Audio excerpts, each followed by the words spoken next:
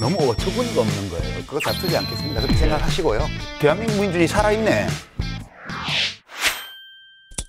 비서추인 윤석열 비서추인의 발언을 보면 그래서 이제 헌법재판에 대한 대응이라기보다는 형사재판에 대한 대응의 성격이 더 짙은 것 같아요. 제가 이제 금태섭 변호사께서 전문가시니까 좀 이따 말씀 주시리라고 제가 믿는데요.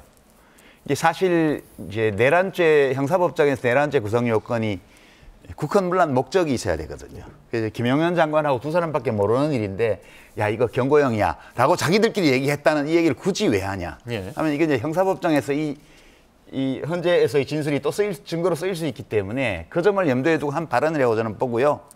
다만 이제 사실상 이 윤석열 대통령 경우에는 헌법재판은 포기한 거라고 저는 봐요. 왜냐하면 지금 국회 소추인단 쪽에서 얘기하는 탄핵사유가 5가지입니다.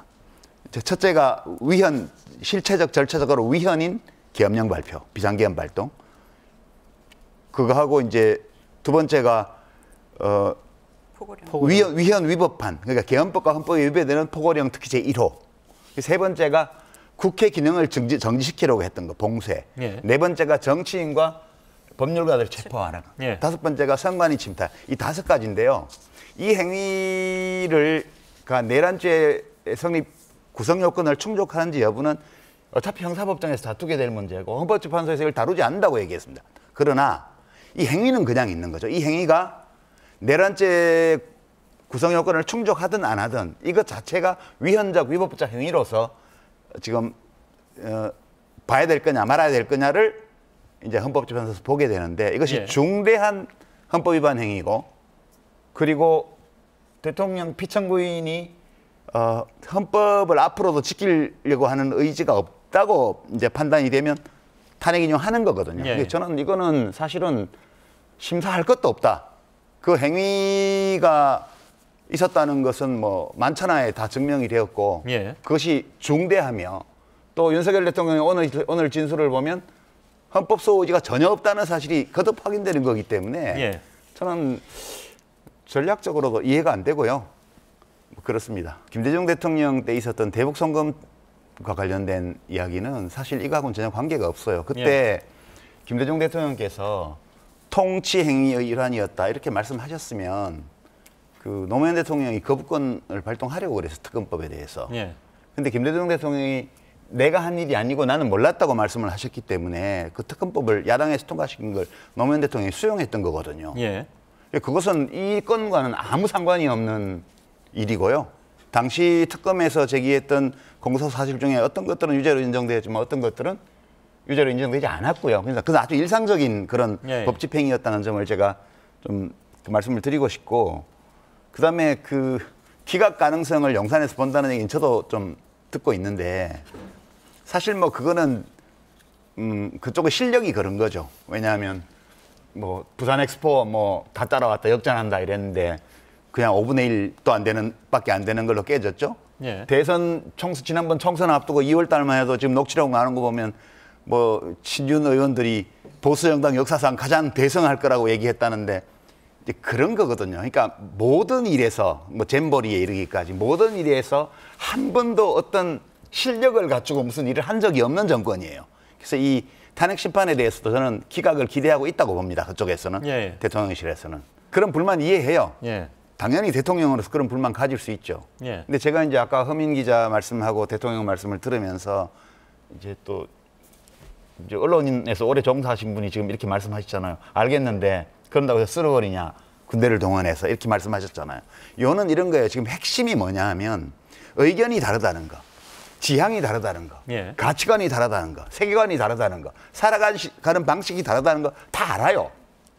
그리고 다른 사람한테 나하고 같아지라고 요구할 수가 없어요. 그런 것들이 모여서 여야 간의 대립선이 형성이 돼 있는데 이게 이제 극단주의라는 건데요.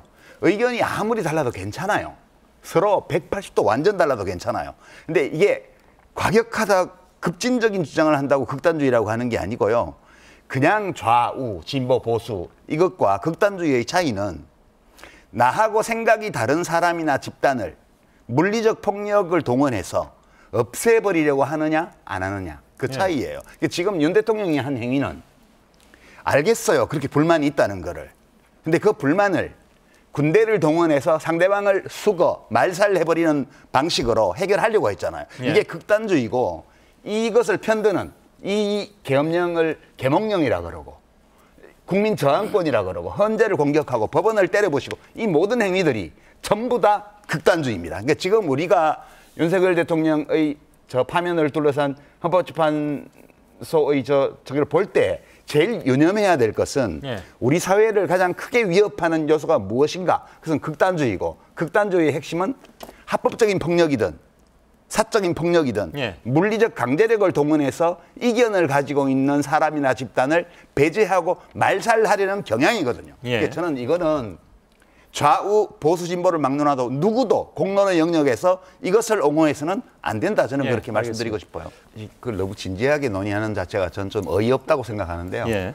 이번 비상계엄 사태의 총체적인 감정을 저는 표현하자면 어이없습니다. 한마디로. 예. 너무 어처구니가 없는 거예요. 이게 그 당일날 그 소식을 처음 봤을 때부터 한편으로 두렵지만 한편으로 너무 어이가 없었어요. 예. 이 사태가 쭉 몇 달 동안 그 후속 사태가 진행되면서도 계속 저를 사로잡는 감정은 어이없다는 느낌이에요. 이게 뭐지 도대체? 그러니까 지금 윤석열 대통령이 지금 헌법재판소에서 하고 있는 저 말들을 보면 예. 보통 하는 말로 현자 타임이라고 그러죠. 현실 자각 타임. 그게 아직 안 온 거예요. 예. 그 자기 자신이 지금 어떤 상황에 처해 있는지를 인지 못하는 것, 제가 보기에는. 그러니까 자기가 지금 어디에 있으며 누구이며 무엇을 하는 사람이며 일을 어떻게 해야 되며 무엇을 하지 말아야 되는지를 모른 채로 2년 반 동안 대통령직을 수행했고요. 예.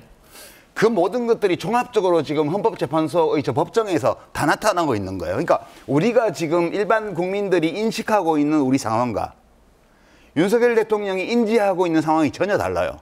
그러니까 일종의 가상현실 속에 살아왔고 지금 저 법정에서도 가상현실 속에서 살고 있고 예. 자신의 가상현실 속에서 유효한 이야기를 하고 있는 거예요. 그러니까 우리는 현실 세계에서 지금 몸담고 살고 있는 사람들로서 저 얘기들을 들으면 한마디로 어이가 없는 거예요. 지금 헌법 개정 얘기할 때가 아니에요, 본인이. 그거는 우리가 알아서 해요. 본인은 헌법재판을 잘 받아야 돼요. 예. 저런 얘기를 헌재 법정에서 한다는 자체가 현실 인식을, 현실 자각을 못하고 있다, 기본적으로. 예. 이게 우리 헌법의 문제 아니에요. 사람의 알겠습니다. 문제예요. 저는 예. 그렇게 봅니다. 포털 사이트 검색해서 국가 운영을 하니까 그거 유튜브 보고 국가 운영을 하고 이렇게 하니까 이 사태가 이렇게 된 거거든요. 아니, 뭐 네이버, 제발 언론인 여러분들도 포털 사이트 네이버나 검색하고 다음이 저 유튜브 구글 유튜브하고 다르죠. 저도 검색 매일 하는데 저는 그런 거 본 적이 없거든요. 선제 탄핵이란 말이 아마 있을 겁니다. 한번 검색해 보시죠. 예. 하여간.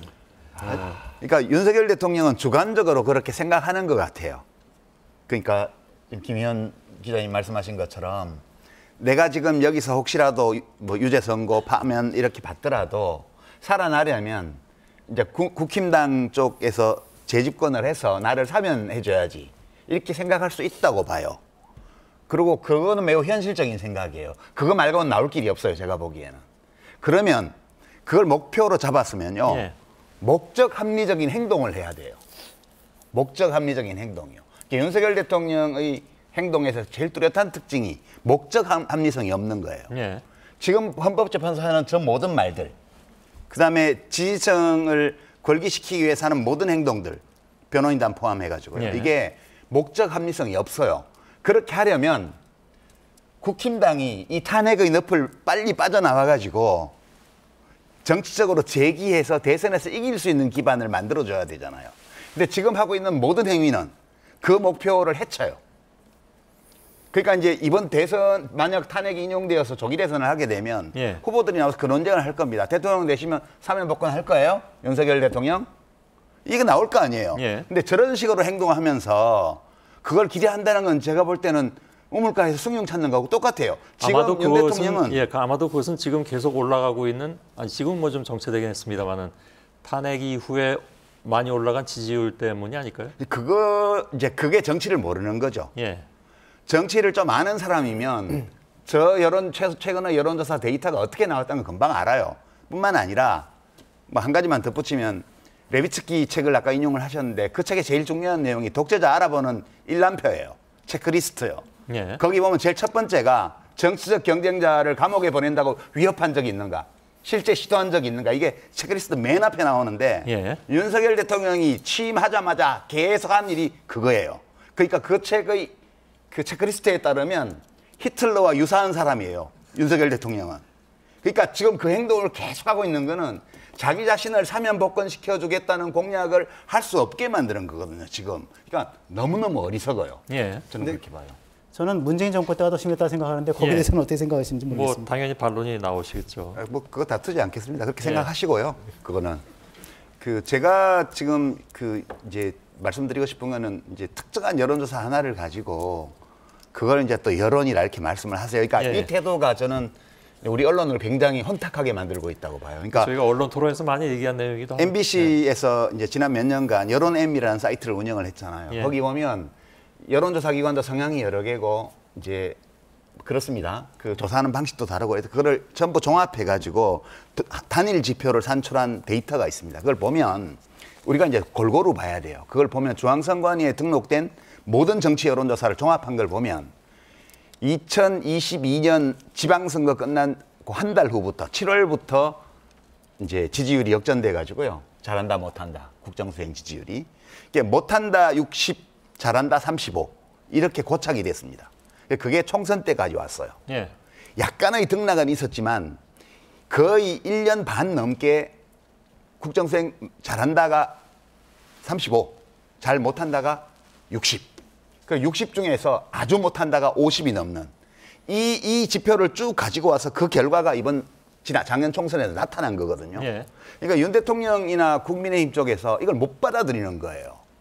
그러니까 원래 대통령 취임할 때는 야대 국회에서 취임을 했죠.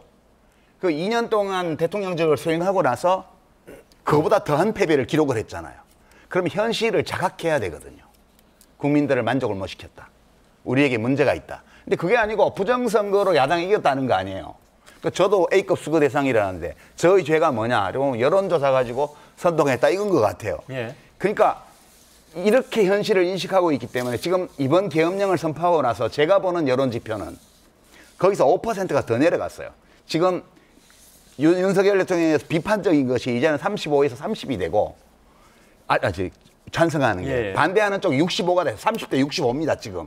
그런 이제 샘플을 보시면 1000샘플 중에 200샘플이나 보수가 많은 이런 조사의 결과를 갖다 놓고 하는 거는 예. 저는 이제 막 그렇게 주장하셔도 되는데 합리적인 태도는 아니다. 예. 그 점은 좀 말씀드리고 싶고요. 알겠습니다. 우리 국민들을 그렇게 얕잡아 보지 마시기 바랍니다. 그렇게 어리석은 국민 아니고요. 법리 이런 거 헌법 뭐 이렇게 시험 안 봐도요. 헌법 조항 몇 개 찾아보고 눈앞에 벌어지는 일 보면 법원 판결 나기 전에 이것이 위헌인지 아닌지 탄핵 사유인지 아닌지 다 압니다. 예. 그러니까 저는 이제 극우로 지금 여당이 치닫는 것은 위험한 일이라고 보지만 이것도 저는 극복할 수 있으리라고 봐요. 예. 그게 새로운 건 아니잖아요. 예. 우리가 지난 2달간 계속 봐왔던 모습이고 더 거슬러 올라가면 지난 2년 반 동안 정말 수도 없이 봤던 윤석열 대통령의 모습이에요. 남 탓이요. 예. 기본적으로. 그러니까 지금 윤석열 대통령이 현실 자각이 안 됐다는 것은 여기서 다시 드러나는데 저 모든 공직자들을 다 윤석열 대통령이 자신이 임명했어요. 예. 공수처장, 검찰총장, 경찰청장 싹 다 자기 자신이 임명한 공직자들입니다. 그러니까 저 데이터를 보면 내가 동원한 군인의 숫자는 얼마인데라는 것도 거짓말이에요. 훨씬 더 많은 숫자를 동원했습니다. 예. 그게 중요한 게 아니고 이 자기 머릿속에 세계를 어떻게 구성하냐 하면 나의 요만한 잘못에 대해서 온 세상이 손잡고 나를 박해하고 있다. 이 가상세계예요. 예. 그리고 나는 정당한데 북한이나 중국이나 이런 주권 침탈 세력과 손잡은 국내의 반체제 세력이 곳곳에 카르텔을 만들어서 드디어 경찰, 검찰, 선관위, 헌법재판소까지 다 잡아먹었다. 예. 이게 윤 대통령의 현실 인식이에요. 근데 이제 똑같은 사안을 저는 어떻게 보냐 하면 대한민국 참 대단해.